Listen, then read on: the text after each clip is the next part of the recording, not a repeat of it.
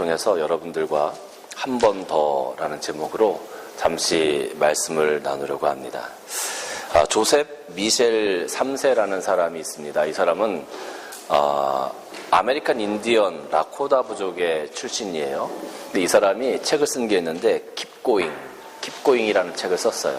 이 책뿐만 아니라 이 책과 비슷한 책을 한 7, 8권 썼는데 그 책의 내용들을 가만히 보면 할아버지와 이렇게 손자가 대화를 하듯이 할아버지 이거는 뭐예요? 이렇게 물으면 그 할아버지가 그 삶의 지혜를 통해서 또 지금까지 살아온 경험을 통해서 손자에게 그건 이런 거란다 이렇게 설명을 해주는 그런 얘기 형식, 또 때로는 우화 형식을 통해서 그 삶의 의미가 무엇인지를 자녀들에게 가르치는 그런 어떤 명상서입니다. 그런데 그 책을 잠깐 이렇게 들여다보면 그 책에 어떤 내용이 나오냐면 한 추장이 있는데 그 추장에게는 딸이 있었어요. 그래서 이 딸을 이제 결혼시킬 나이가 돼서 청년들을 모으기 시작했습니다. 후보자들을 고르기 시작했습니다.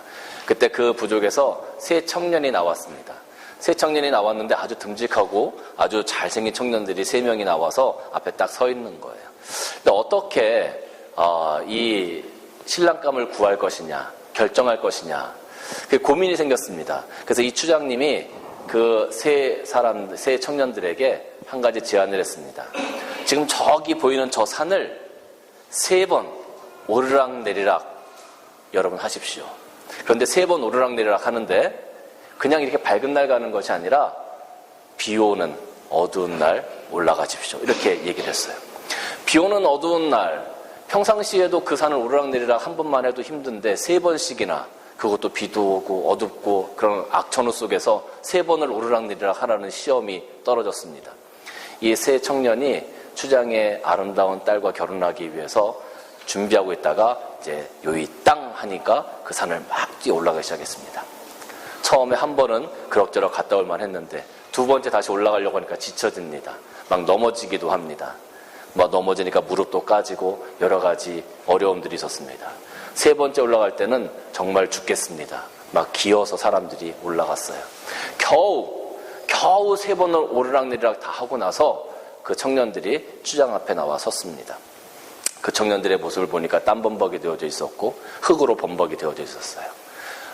너무나 힘든 모습, 모든 것들을 다 포기하고 싶은 그런 모습들이었어요. 그러나 그 추장의 딸과 결혼하겠다는 그 생각을 가지고 그 어려운 시험을 통과해서 추장 앞에 3사람이 서 있었습니다. 그때 이 추장님이 그 청년들을 향해서 한마디 했습니다. 한 번 더. 한 번 더 갔다 오라는 거예요. 한 번 더. 그러니까 이 청년들이 깜짝 놀랐습니다. 3번 오르락내리락 하는 것도 힘들어 죽겠는데 한 번 더 하라니 말도 안 되는 소리죠. 그 중에 2 청년이 자기는 못하겠다고 포기를 해버렸어요. 그런데 나머지 1 청년이 추장님의 말을 듣고 한 번 더, 그래요, 한 번 더 하면서 뒤로 돌았습니다. 그리고 한 발자국 내딛는 순간 그만 기절해버린 거예요. 너무 힘드니까 체력이 다 방전돼서 기절해버렸어요. 3사람 다 3번 산을 오르락내리락 했습니다. 4번째 올라간 사람은 아무도 없습니다. 만약에 여러분들이 그 추장이라면 어떤 사람을 사위로 삼으시겠습니까? 말씀은 안 하셔도 한 번 더 하고 뒤돌았던 그 한 사람이 여러분 마음에 들지 않겠습니까? 하나님은 고난 속에서도 하나님을 의지하고 한 번 더, 어떠한 시련이 있든지 간에 하나님을 의지하고 한 번 더 하고 발자국을 내밀 수 있는 그런 사람을 붙들고 오늘날도 역사하신다는 것을 우리는 깨달아야 할 것입니다. 오늘 이 빌립보서의 저자인 바울이 그랬습니다. 바울은 굉장한 고난의 사역자였습니다. 어디를 가든지 바울을 죽이려고 하는 사람이 있었고, 또 바울의 삶을 보면 40에 하나 감한매를 3번이나 맞았다. 40대를 맞으면 사람이 죽는다고 생각해서 39대를 때리는 거예요. 그런 매를 3번이나 맞았어요. 유대인들이 바울을 죽이려고 위협합니다. 그 선교 여행을 하면서 강과 산을 지나갈 때마다 맹수들의 위협과 자연의 위협 앞에 바울은 조마조마했었습니다. 바울은 굉장히 고난을 많이 당한 사역자였어요. 또 바울은 개척자였습니다. 아무도 가지 않았던 그곳에 복음을 들고 혈혈단신으로 나아갔던 사람이었습니다. 그 삶이 얼마나 힘들고 어려웠겠습니까? 지금처럼 자동차가 있어서 비행기가 있어서 뭐 휙 날아갈 수 있는 그런 것도 아니죠. 모든 것들을 다 걸어서 갔어야 하는 그런 상황입니다. 여러분, 우리가 여기서 멜번까지 걸어간다고 한번 생각해 보세요. 말도 안 되는 거죠. 그런데 예전에는 그걸 다 걸어서 그렇게 선교 여행을 갔다라는 거죠. 얼마나 힘들었겠습니까? 아마 바울은 감옥에 갇혔을 때 매를 맞고 모든 것들을 포기하고 싶었던 그런 순간도 있지 않았을까? 그런데 그런 어려운 가운데서도 바울은 결코 하나님의 복음을, 하나님의 말씀을, 그 선교의 사명을 포기하지 않았다라는 거죠. 바울이 우리와 다른 사람입니까? 바울은 우리와 똑같은 사람입니다. 그럼에도 불구하고 어떻게 그렇게 그 선교의 사명을, 하나님을 향한 그 사명을 포기하지 않고 그런 어려움들을 이겨낼 수 있었을까? 오늘 그 이야기를 여러분들과 잠시 나누면서 은혜를 나누고 싶습니다. 첫 번째는 바울은 늘 긴장했었습니다. 오늘 12절 말씀을 보면 내가 이미 얻었다 함도 아니요 온전히 이루었다 함도 아니라 오직 내가 그리스도 예수께 잡힌 바 된 그것을 잡으려고 달려가노라 그랬어요.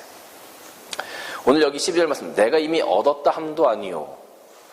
사실 바울은 많은 것을 얻은 사람입니다.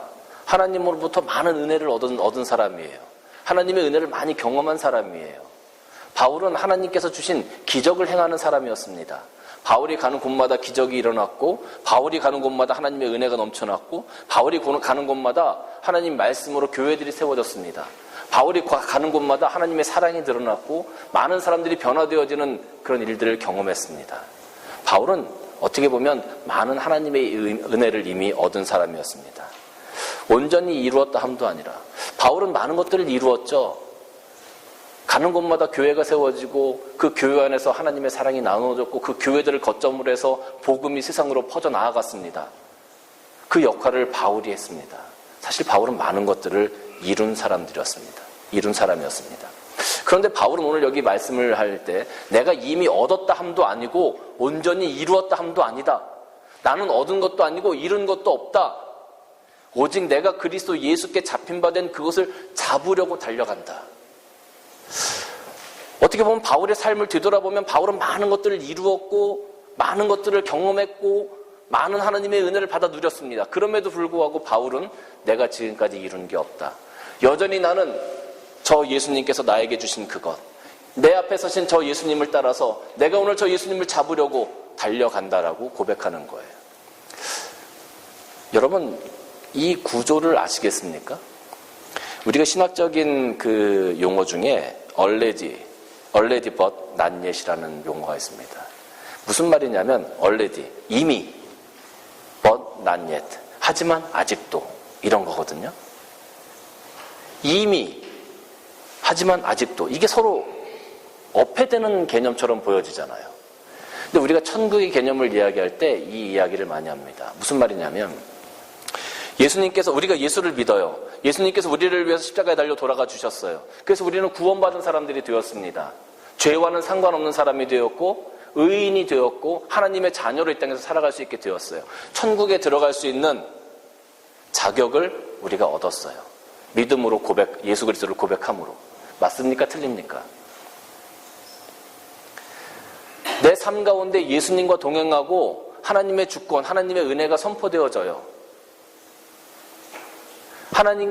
내가 하나님과 동행하고 예수 그리스도의 발자취를 따라가면 내가 이 땅에서 믿음인으로, 신앙인으로 살아가고 있어요. 그러면 하나님의 주권이 선포되어지고 예수님께서 함께 하시는 이 자리가 우리가 천국이라고 할 수 있습니까? 없습니까? 맞습니다. 우리는 어떻게 보면 그 천국의 삶을 이미 경험하면서 살아가는 겁니다. 예수님과 함께, 하나님과 함께, 이미 already. 그런데 but not yet. 아직 아니야. 이건 또 무슨 말인가요?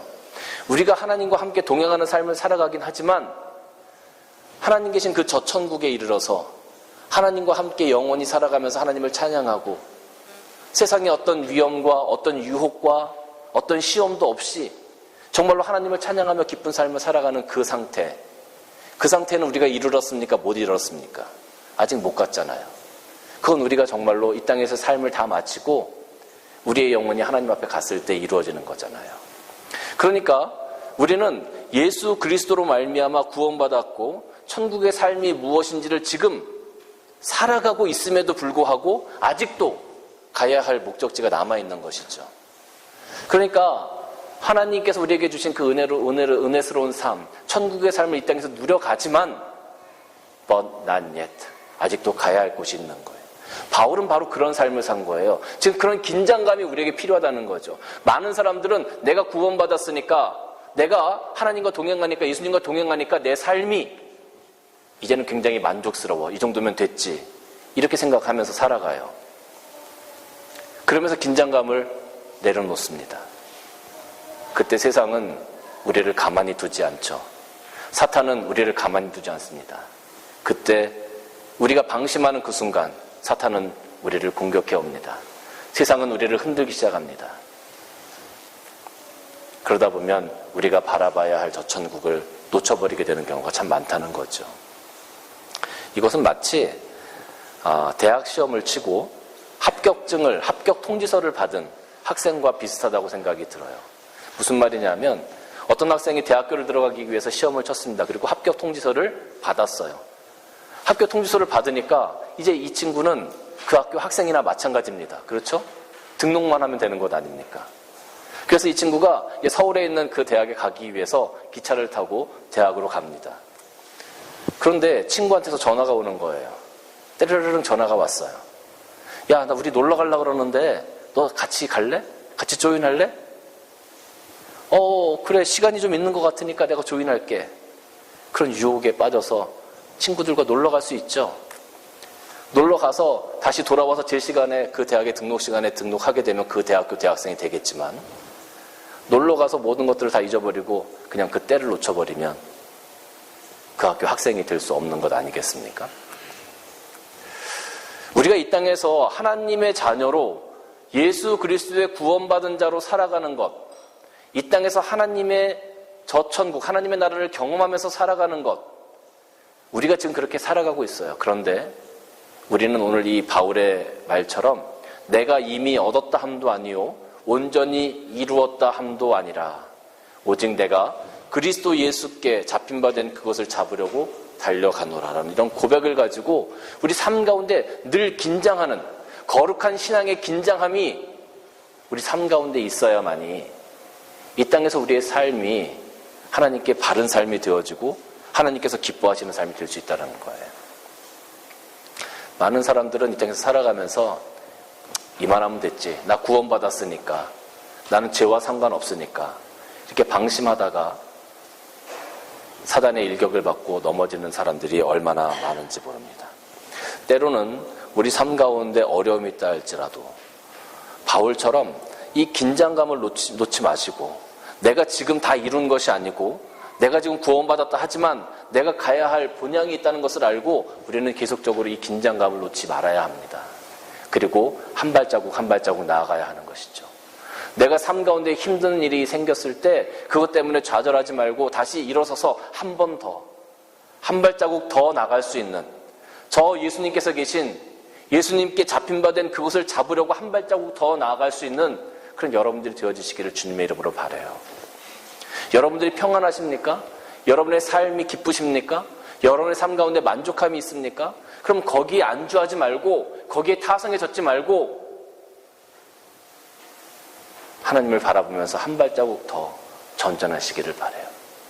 우리의 삶이 고난 가운데 있든지 평안 가운데 있든지 이 바울이 가졌던 긴장감을 놓치지 말고 오늘 내가 유혹에 빠지지 않으리라. 세상이 나를 흔든다고 할지라도 내가 그것에 빠지지 않으리라. 내가 그것을 이겨내리라. 내가 그것을 극복하리라 라는 긴장감을 가지고 한 발자국 더 달려나아갈 수 있는 여러분들이 되시기를 주님의 이름으로 간절히 축원합니다. 야고보서 5장 13절 말씀을 보면 너희 중에 고난당하는 자가 있느냐? 그는 기도할 것이요 즐거워하는 자가 있느냐? 그는 찬송할지니라 그랬어요. 여러분 삶 가운데 어떤 환경이 주어진다 할지라도 그것 때문에 좌절하지 마세요. 그리고 하나님을 향한 긴장감을 놓지 마시고 한 번 더 시도해 보시기를 주님의 이름으로 간절히 축원합니다. 두 번째는 거룩한 목표를 설정해야 합니다. 14절 말씀 보면 표대를 향하여 그리스도 예수 안에서 하나님의 위에서 부르신 부름의 상을 위하여 달려가노라 라고 기록이 되어져 있어요. 바울은 계속적으로 인생의 새로운 방향들을 설정했습니다. 바울이 선교 여행을 간 것이 몇 차에 걸쳐서 갔는지 여러분 혹시 기억하십니까? 3차에 걸쳐서 갔어요. 3차에 걸쳐서. 선교 여행을 한 번만 갔다 오는 것만 해도 사실은 굉장한 일이에요. 그 당시에. 그 먼 거리를 걸어서 배를 타고 선교 여행을 한 번 갔다 왔어요. 그것만 해도 굉장히 대단하죠. 그런데 그것으로 끝나지 않고 또 하나의 목표를 설정했습니다. 2번을 갔다 왔어요. 그리고 나서 하나님을 위해서 또 하나의 목표를 설정했어요. 3번째 갔습니다. 3번째 마지막에 로마에 가서 바울이 순교를 당하게 됐죠.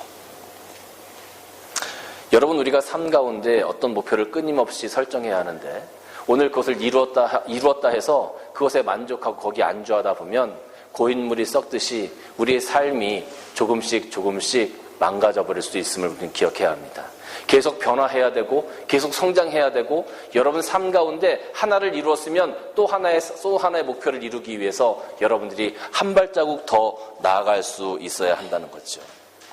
만일 나에게 시간이 있다면, 만일 나에게 능력이 있다면, 만일 내가 그것을 감당할 수 있다면 여러분이 지금 바라보는 그 목표 이후에 또 하나의 목표를 하나님을 위해서 설정하시기를 주님의 이름으로 간절히 바라요. 우리가 신앙생활할 때도 내가 올해만큼은 주일날 빠지지 말고 주일 성수 잘해야지. 그 주일 성수를 열심히 하세요. 참 좋으신 모습입니다. 어떤 사람은 내가 교사로 주일학교에 봉사 한번 해봐야지. 열심으로 봉사합니다. 어떤 분들은 성가대에서, 어떤 분들은 모든 것들을 교회의 모든 환경들을 세팅하는 것에 있어서, 어떤 분들은 음향으로, 또 어떤 분들은 내가 하나님께 이번에는 11조, 내가 하나님께 이번 드리는 헌금들은 한번 잘 해봐야지. 내가 수요에 빠지지 말아야지. 어떤 분들은 내가 맛있는 반찬으로 우리 성도들 한번 섬겨봐야지. 여러분, 이런 모든 헌신들 참 잘하셨습니다. 여러분들의 그런 헌신을 하나님께 참 기쁘시게 받으셨을 거라고 저는 생각해요. 근데 거기서 끝나지 마시고 그것을 하나님께 아름다운 헌신으로 드리셨으면 그 다음 한 번 더 내가 무엇으로 하나님을 기쁘시게 할 수 있을까? 내가 무엇으로 하나님께 더 드릴 수 있을 것인가? 이런 어떤 신앙의 고민들을 우리가 한번 생각하고 이런 신앙의 목표들을 한번 세워보시기를 주님의 이름으로 간절히 바라요. 하나님의 뜻을 이루기 위한 방향 설정을 잘해야 합니다. 바울은 자기가 이루고자 하는 하나님의 사명을 가지고 나아갔던 그 목표를 이루었을 때 거기서 서지 않았습니다. 멈춰 서지 않고 그 다음 한 번 더 목표를 설정했어요. 그래서 바울은 하나님을 향해서 하나님을 위해서 자기의 모든 것들을 불살랐던 겁니다. 그래서 바울이 위대한 것 아니겠습니까? 오늘 여러분 삶 가운데 하나님을 향한 어떤 목표들이 있다면 여러분 그 목표를 잘 설정하십시오. 세상 가운데 그 목표를 설정하지 말고 하나님 가운데 그 목표를 설정하십시오. 그리고 그것을 이루어 나아가십시오. 그리고 그것을 이루어서 하나님께 드렸다면 그 다음에 또 하나의 하나님의 마음을 기쁘시게 할 만한 것을 만들어 가시기를 바라요. 저희 교회도 이제 4년이 다 되어져 갑니다. 4년이라는 시간 동안에 우리가 바라고 원했던 그러한 것들을 바라보면서 또 그것들을 이루어 가기 위해서 하나님의 예수 그리스도의 표대를 향해서 지금까지 달려왔습니다. 앞으로 우리 교회가 이렇게 끝나는 것이 아니라 하나님께서 많은 것들을 이루어 주셨고 우리가 목표하는 것들을 하나님께서 이루어 주신 그 은혜가 크지만 앞으로는 더 큰 목표를 위해서 또 하나님께서 우리를 사용하시기 위해서 우리가 깨끗한 그릇으로 하나님 앞에 우리 교회의 모든 것들을 드릴 수 있는 그런 목표들이 계속 생겨져 나갔으면 좋겠어요. 그것이 교회의 존재 목적 아니겠습니까? 교회가 그것을 위해서 있는 것 아니겠습니까? 그러한 모습을 가지고 우리가 함께 하나님 앞에 이런 목표를 세워나가는 우리 산위등불교회 성도들이 다 되어주시기를 주님의 이름으로 간절히 축원합니다. 마지막으로 한 가지만 더 말씀드리면 바울은 늘 동역자와 함께 했다는 겁니다. 탈무드에 보면 이런 말이 있습니다. 한 사람에게 3 친구가 있었는데 한 친구는 첫 번째 친구는 이 사람이 생각할 때 가장 친한 친구, 자기가 생각할 때 가장 친한 친구였고요. 두 번째 친구는 뭐 조금 친한 친구, 세 번째 친구는 그렇게 친하진 않았던 친구였었던 것 같아요. 근데 어느 날 왕이 이 사람을 불렀습니다. 왕이 부르니까 굉장히 겁이 나는 거예요. 그래서 어떻게 하지? 그래, 친구들한테 좀 같이 동행해달라고 얘기를 해야 되겠다 하고서 친구들에게 가서 부탁을 했습니다. 그랬더니 가장 친했다고 생각했던 이 친구가 단번에 거절을 하는 거예요. 아니, 난 안 돼. 난 안 가. 깜짝 놀랐죠. 두 번째, 그냥 조금 친했다고 생각했던 친구에게 부탁했어요. 여보게, 내가 왕궁 앞에까지는 같이 가줄게. 그런데 들어가는 건 내가 못 가겠네. 마지막으로 그렇게 친하지 않은 친구가 하나 있었어요. 그 친구에게 가서 여보게, 이런 일이 있는데 어떻게 했으면 좋겠나? 그래? 그럼 내가 같이 동행해 주겠네. 왕 앞에까지 같이 가겠네. 하고서 이야기를 했다는 거예요. 첫 번째 친구는 돈입니다. 물질. 사람들은 가장 물질을 좋아하는 것 같아요. 가장 친하다고 생각해요. 그런데 하나님 앞에 갈 때는 이 물질, 돈이라는 것은 우리와 결코 동행할 수 없는 존재라는 거죠. 하나님 앞에 갈 때, 죽음 앞에 갈 때 두 번째 친구는 가족입니다. 죽음의 문턱 앞에까지는 같이 와서 슬퍼해주고 울어줄 수 있어요. 그런데 하나님 앞에 설 때는 결국은 같이 설 수가 없는 것이죠. 세 번째 친구는 선행입니다. 선행.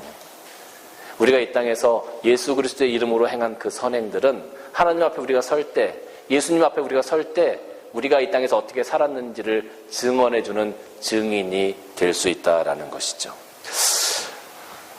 좋은 동행자, 좋은 동역자가 있다는 것은 굉장히 큰 기쁨입니다. 때로는 동행자와 동역자와 마음이 맞지 않아서 서로 티격태격할 수도 있겠죠. 바울도 그랬습니다. 바울은 선교여행을 할 때마다 좋은 동역자들과 함께 했습니다. 결코 혼자 한 적이 없어요. 좋은 동역자들과 함께 했는데 때로는 그 동역자들과 티격태격 한 적도 있어요. 바나바와 싸운 적도 있죠. 그래서 선교여행을 따로 간 적도 있습니다. 그럼에도 불구하고 이 바울은 늘 좋은 동역자와 함께 했습니다. 여러분, 만약에 이 바울이 바나바와 싸운 다음에 내가 진짜 이제 다시는 내가 동역자와 동행하지 않으리라 이렇게 생각하고 혼자 선교여행을 떠났다고 생각해 보십시오. 그러면 아마 그 양상이 달라졌을 겁니다. 그런데 그럼에도 불구하고 이 바울은 한 번 더 좋은 동역자들을 찾기 시작했어요. 그래서 그들과 함께 하나님의 사역을 이루어 갔다라는 거죠. 여러분이 동역자라고 제가 말씀을 드리니까 조금 여러분 낯설 수 있는데, 여러분이 동역자라는 개념은요, 여러분 교제의 개념입니다. 교제의 개념. 여러분들이 교회에서 신앙생활을 하실 때에 여러분들이 무언가를 혼자서 하기는 굉장히 어려워요. 여러분의 삶 가운데 힘들고 어려운 일이 있을 때 여러분 혼자서 그것을 감당하려고 하지 마시고 성도들과 교제함으로 말미암아 위로를 얻고 성도들과 함께 교제함으로 말미암아 사랑을 나눌 수 있는 그런 관계가 되어져서 함께 가는 그런 모습을 가지고 우리가 나아가야 한다라는 거죠. 바울의 모습이 그랬습니다. 아무리 힘들고 어려워도 옆에 함께 할 수 있는 자가 있어서, 함께 할 수 있는 사람이 있어서 바울은 든든했어요. 저는 우리 교회를 바라보면서 참 감사한 부분이 있어요. 올 한 해를 잠깐 이렇게 되돌아보면서 예전에 우리 그 비전 페스티벌 나갔을 때 우리 모든 성도들이 함께 하는 그런 모습을 바라보면서 마음이 참 너무나 기뻤습니다. 그때 정말 그 비전 페스티벌 나가기 그 전주에 오신 새가족들도 뭐 이래저래 우리 그 박 집사님이 집에 찾아가셔가지고 막 그냥 해야 된다고 말씀하시고 양복 없으면 빌려줄게 말씀하시고 그렇게 하셔가지고 참석을 하셨다는데, 어쨌든 함께 하기 위해서 애썼던 그런 모습들을 생각하면 참 너무 감사한 거예요. 그리고 또 한 번의 그 시간은 언제였냐면 우리 교회에 그 돌잔치를 할 때가 있었죠. 우리 성도 가정에서 돌잔치를 할 때가. 유진이 돌잔치 할 때 모든 성도들이 다 내일처럼 나서서 준비해 주시고 함께 해 주시고 하셨던 그런 기억이 있어요. 얼마나 그 기억과 추억이 아름다운지, 그때 당시에 제가 얼핏 들었던 이야기가 있는데 어떤 사람이 지나가면서 그렇게 얘기하는 거예요. 이 교회는 참 희한하네. 다른 교회는 안 그런데. 그러면서 지나가시더라고요. 그게 무슨 소린가 했더니 다른 교회에서는 남이 돌잔치를 하든 뭘 하든 신경을 안 쓴다는 거죠. 그런데 우리 교회는 그때 다 한 가족이 되어져서 모든 성도들이 한 마음으로 모든 것들을 준비했다는 것을 알고 그분이 하셨던 말이, 야, 이 교회는 신기하네. 다른 교회는 안 그런데. 그러면서 지나가신 거예요. 제가 그 말을 곰곰이 한번 생각을 해봤습니다. 사실 어떻게 보면 모든 교회가 다 그래야 되는데 요즘에는 교회들이 그렇지 않기 때문에 하나님의 말씀 가운데 함께 은혜를 나누고 가족처럼 함께 할 수 하는 그런 모습들이 희한한 모습이 되어져 버린 거예요. 참 어떻게 보면 가슴 아픈 이야기이기도 합니다만, 근데 그럼에도 불구하고 우리 교회에 그런 모습이 있어서 다른 분들이 야, 이 교회는 참 희한하네. 다른 교회는 안 그런데 라고 할 수 있어서, 그래서 저는 참 감사하고 여러분들이 자랑스럽습니다. 이렇게 동행하는 동역자, 함께 할 수 있는 사람, 그런 사람이 있어서 바울은 그 사역을 잘 감당할 수 있었다는 거죠. 여기서 한 가지만 더 말씀드리면, 실질적으로 바울이 함께 동행했던 사람은 예수 그리스도였습니다. 옆에서 사람이 있었긴 했지만 실질적으로 바울이 동행했던 사람 바로 예수 그리스도셨죠.